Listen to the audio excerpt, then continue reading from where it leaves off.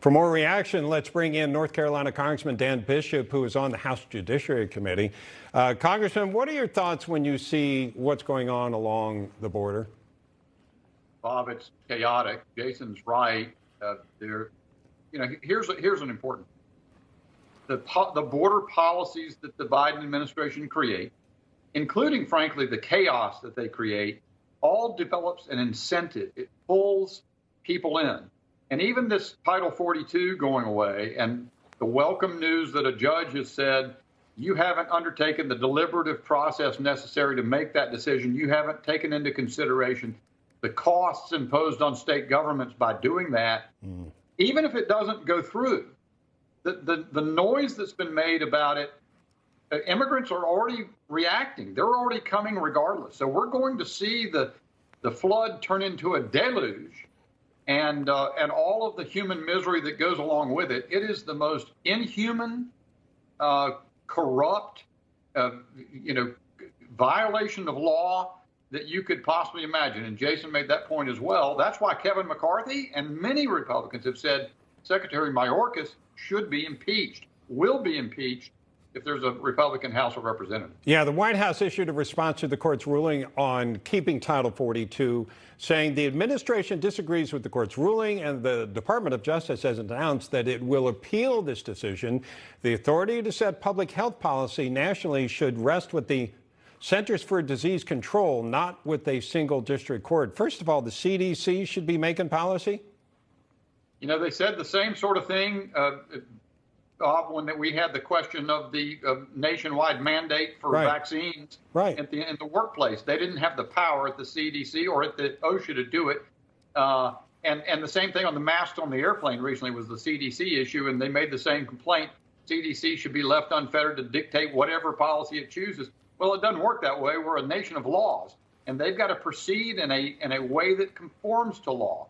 So in this case, as I said, what the judge indicated is that they had not taken all the facts into consideration and had not demonstrated that they've followed the deliberative process. Boy, heaven help the United States of America when the administration proceeds in this arbitrary and capricious way and just will allow the border to be completely eliminated, and Americans and all the results, the fentanyl, the drugs coming in, the deaths that it creates, it's just amazing. Yeah, and take a look at the steady increase of border encounters over the last 6 months. More than 234,000 alone in April.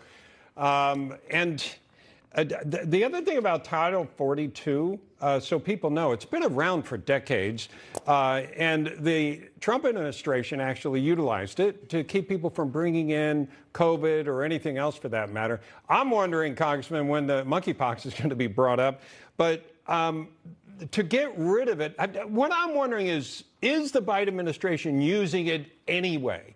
Or getting rid of it is just another green light to, don't worry, this will never threaten you? Look, Bob, I think they are doing everything they can to eliminate the southwestern border because they have an ideological commitment to the idea that there should be no border. And I think many politicians have said it. President Trump said it most notably, if you don't have a border, you can't have a country. Yeah. And we're going to see over time that, those numbers you just showed. Yeah. Correct. March and April are amazing. But the previous year, those were record numbers. That's right. They were high. Above those records. They were high anyway. And by the way, I understand people wanting to come to our great country. I understand the land of opportunity. Ideally, we've got lots of problems, but but you got to check in and do it the right way. By the way, Congressman, last week you asked a question that got quite a response. Let's take a look at the clip again. What do you say a woman is? I believe that everyone can identify for themselves. Do you believe then that men can become pregnant and have abortions? Yes. What was your thought when you heard that? Bob, every one of the three witnesses Democrats decided to trot out to argue their radical position on abortion also has a radical position on what a woman is. And they cannot say to you, and in response to a question, give you the simple answer, a woman is an adult female human being. So think about that. If we can't have that sort of, if they're so committed, again, ideologically to a radical point of view, if they can't give you a truthful answer to that statement, they discredit themselves as witnesses. They discredit themselves on that issue. I thought if I asked her a question, she'd say something bizarre, and she did. That's right. You just laid it out there, and you let her make her. I used to have a coach that would mix up his cliches. You made your bed. You buttered your bread. Now laying it. Whatever the cliches are, you put it out there, and she said exactly what you thought she would, and it is getting a lot of ridicule. So we appreciate you asking that question and being with us today, Congressman. Thank you.